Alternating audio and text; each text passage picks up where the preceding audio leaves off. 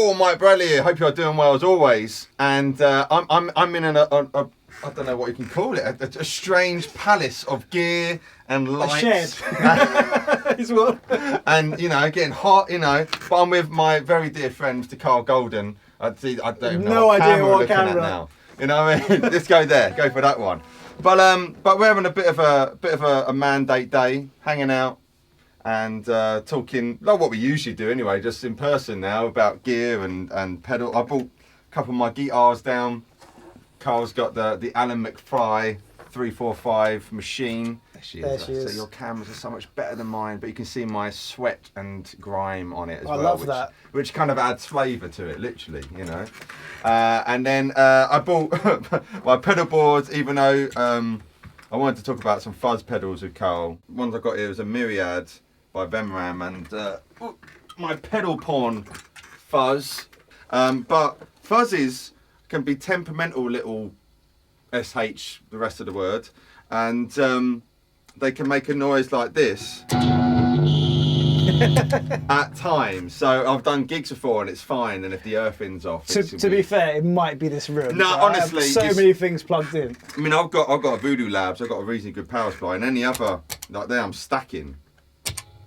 You know, that's now technically 4 pedals on, and there's no noise going on, you know. But the most important thing is it sounds incredible, regardless of the noise. Yeah. It's part and parcel. It's just of the sometimes play, it's a little bit too much. It's like, it's not the nicest thing, you know. Yeah. But one thing I just said to Carl just now, I thought, you know what would be quite cool is like, I think you said in passing about the importance of the volume knob, but I still think a lot of people just leave it on 10 and rely on pedals, like or channel changes on their amp, so to speak. And for years I used a Cornford MK50. Remember the old Cornfords? I can still see in your videos the Guildford switch. Yeah, still there, and it's still That's one of in your old room, isn't it? yeah, man, which I filmed in the other day. Yeah, first time in that's 2 where I years, noticed yeah. it. And but I use that amp, so it's still one of my favourite amps with the overdrive, and it is incredible. And I would do everything from that, you know. So at the beginning of the video just now, I had the King Fuzz by Bigfoot, which has been my kind of mainstay for many years. And I think I had some delay and reverb going on, but I'll keep that off for a moment. But the volume is like, that's 3.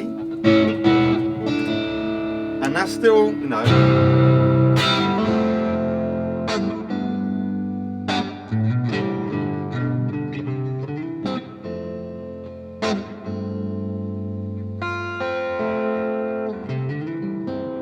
and then that way, if I turn up a little bit more, you know, now it's like 4.5, 5. So you get a bit more heavier in the song.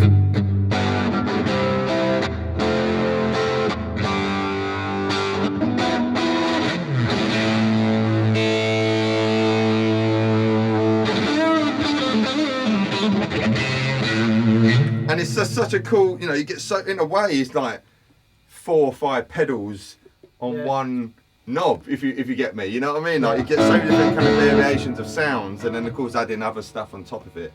Like with, I don't want to do it because of the noise really, but do it. Should we do it? Yeah, why not? Cut to the next scene, and we're back, right? So this is going to be very sounds, but try and we won't sit on it long, you know. But just so you can see what I mean, like my favourite thing with a fuzz pedal is the clean sounds, just not when it makes a noise like this, but.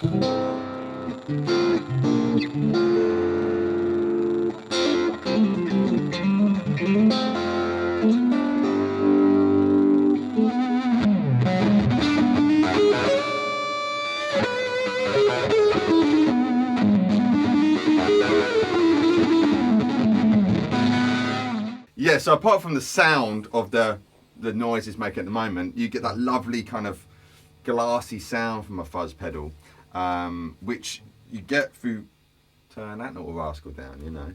And I think it probably works best with single coils. Yeah, the tone from single coils, yeah, it's hard work in terms of the noise, but the tone is incredible. Yeah, definitely. I mean, even when we went from the Gibson earlier, this was off camera, but we went from the Gibson. Oh, we should do it, shouldn't we? Yeah.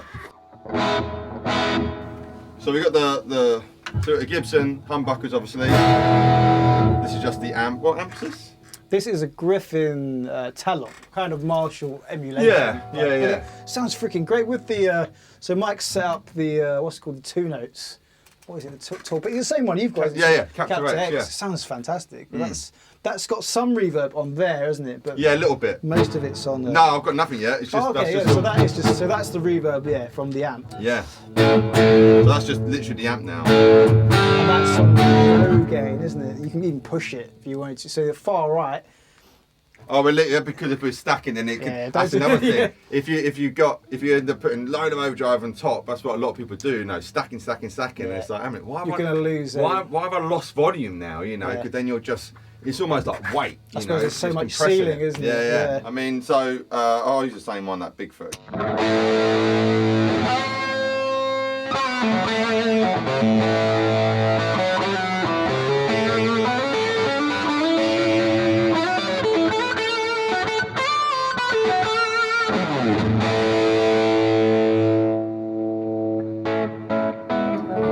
Does it? Not quite the same as a Strat. It's still nice though.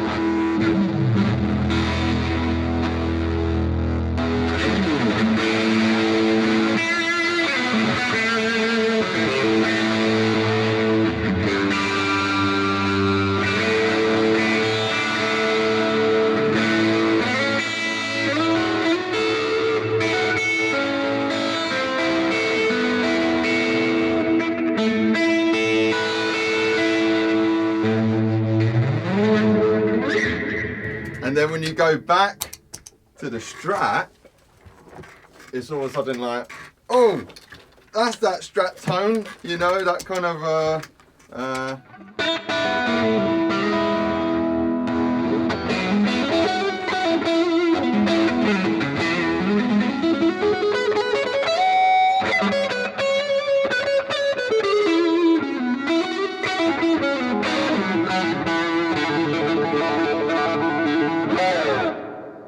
That sounds awesome. Yeah, it's I love that again, like you say. The Bradcaster it does play nice as well. Is that 11s I take? No, these are 10s. 10s? Yeah. 11s on that, and then they work nicely on this, the 11s. I always find, because I'm a Fender, grew up on Strats or Fender type guitars and stuff, and so obviously the tension. And I remember when I got my Les Paul, I was like, oh, this feels too slinky, and I had it for about 4 or 5 years, and eventually I must have read somewhere about shorter tension or the shorter scale length, sorry.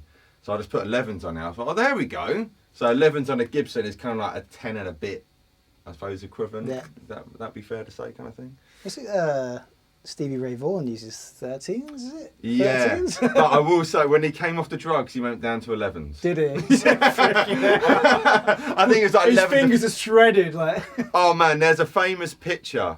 I'll see if I can find it and I'll insert it. And it looks like he's got like frostbite on his fingers. They're black. Is this when he was drinking and? In the extreme days, bless him. But he would just literally tear the fingertips off. If you think to Led Zeppelin 2, right, or even Jimmy Page, he used like 8s, I think. Did he? Yeah. I would just overbend. Brian May, he has super skinny strings. They're like 8s. Billy Gibbons is 7s. Really? 7s exist? Yeah. Yes, right. And if you think, all these kind of that must be hard to play rhythm, though. Well, it's what you're used to.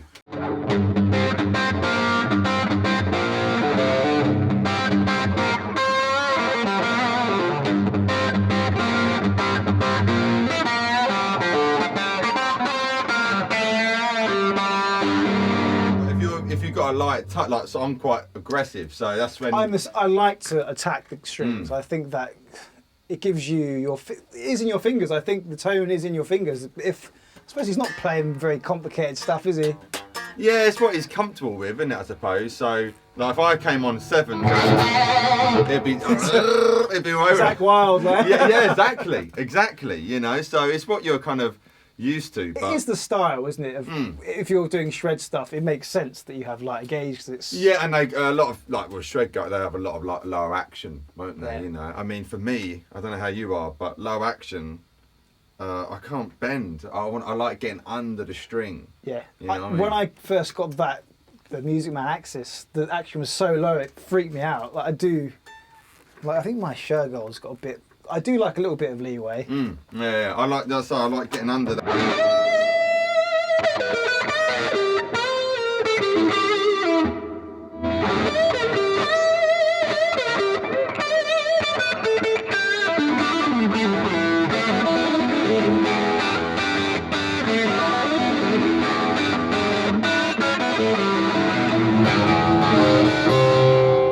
Gain one of it.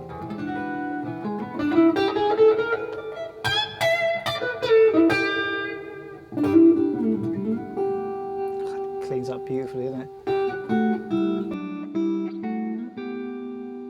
That's the Duelist. That's nice. Yeah, that's the Duelist. Yeah. Thank you, Peach, for helping me out with that. That was a good man. So that's like on 4.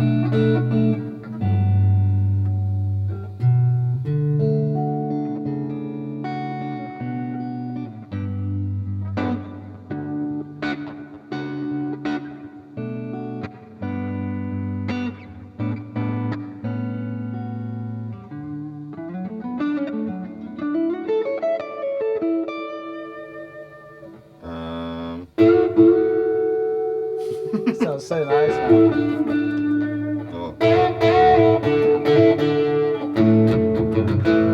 So you would, I suppose you recommend that you put more drive on your amp, would you? Is that the way you... Oh, that's a very good point, yeah. If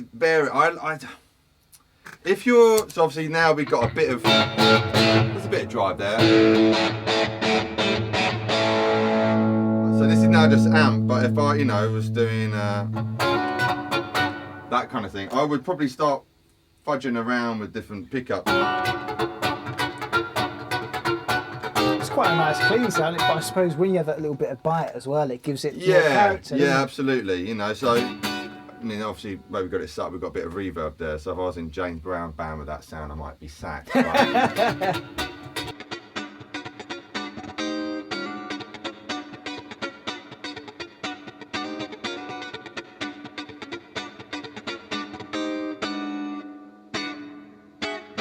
you can still get, so I was knocking it down to about 5, 6 again. Again, this is just the amp.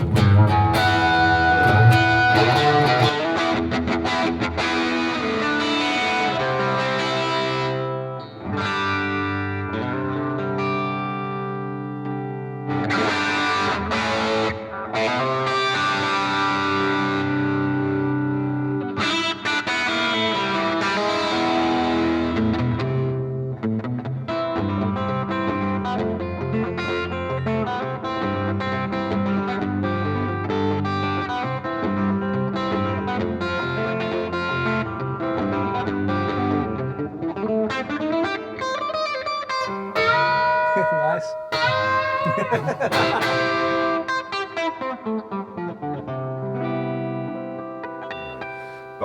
But I say, definitely, if anything, for the beautiful viewers to take away is use that volume more. Yeah. I am guilty of not doing that myself, to be honest.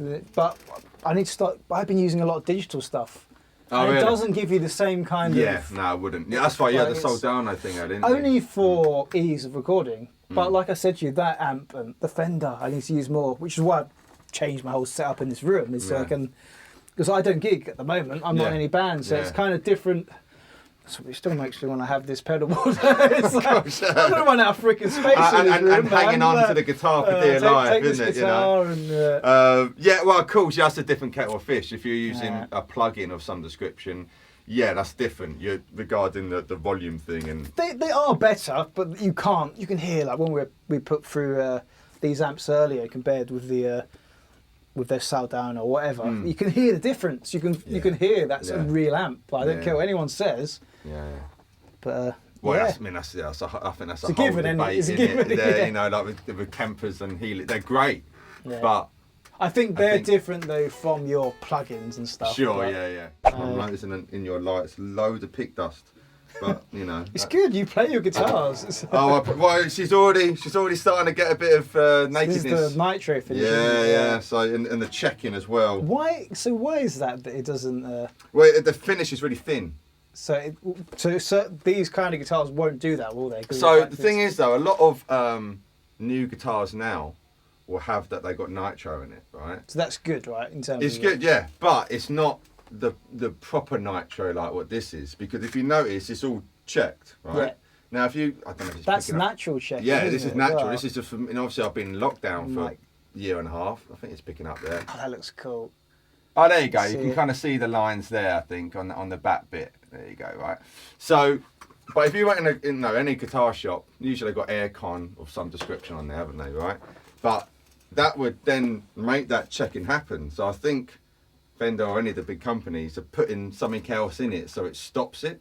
Okay. You know, I'd say I'm missing something here, and I imagine people please fire in the comment section. I'm missing some special technicality thing, but no, this checked just being at home.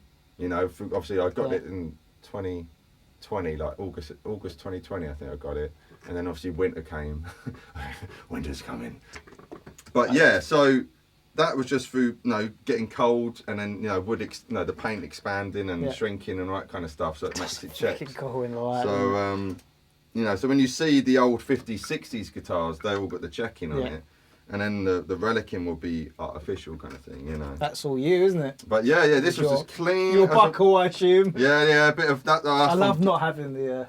When it was built, I said to Darren, I was like, don't worry about that. Yeah. But yeah, that's just through gigging. So I mean, I suppose that the amount of springs because of the tension. Yeah, that's another thing. Gauge. That does change everything. Yeah. I found the more strings you have, it's a different sound. I've always had 3, like most. Yeah, you know? so most do have but 3. we put 5 in it, and I think it just adds a different type. Sounds There's a great, reason why you see Stevie Ray and Jimmy had 5 springs, and a load of other guys. Some have 4. Some take out the middle. I see Michael Landau takes the middle one out. Some take out the far one. But I do think it adds Something a tone to to it. yeah. Not to go Eric Johnson and you know.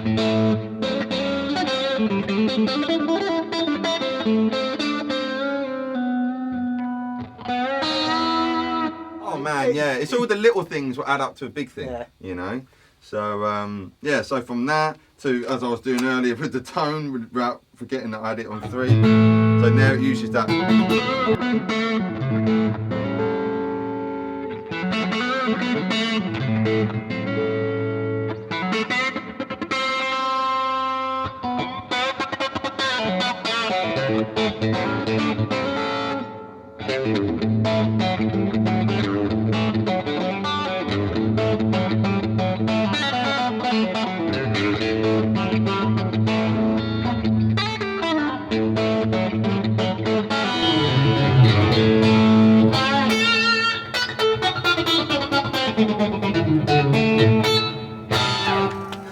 I don't know what that was. That was really epic. Your chicken picking is freaking good. So, all you can do.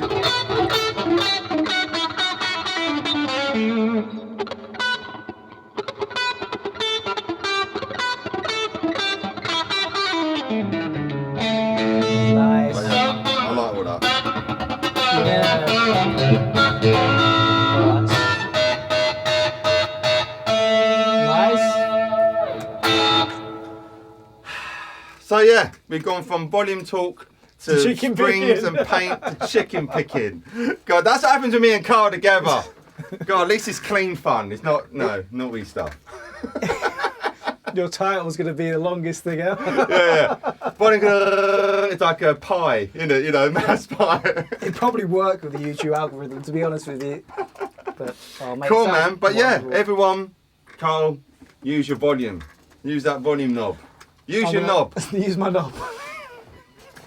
Oh, God. I'm ending it now. Oh, you Mike Bradley. Thanks, Carl, for having me. No worries, man. Lots of love. See you soon. Forgot what camera we're in. Bye.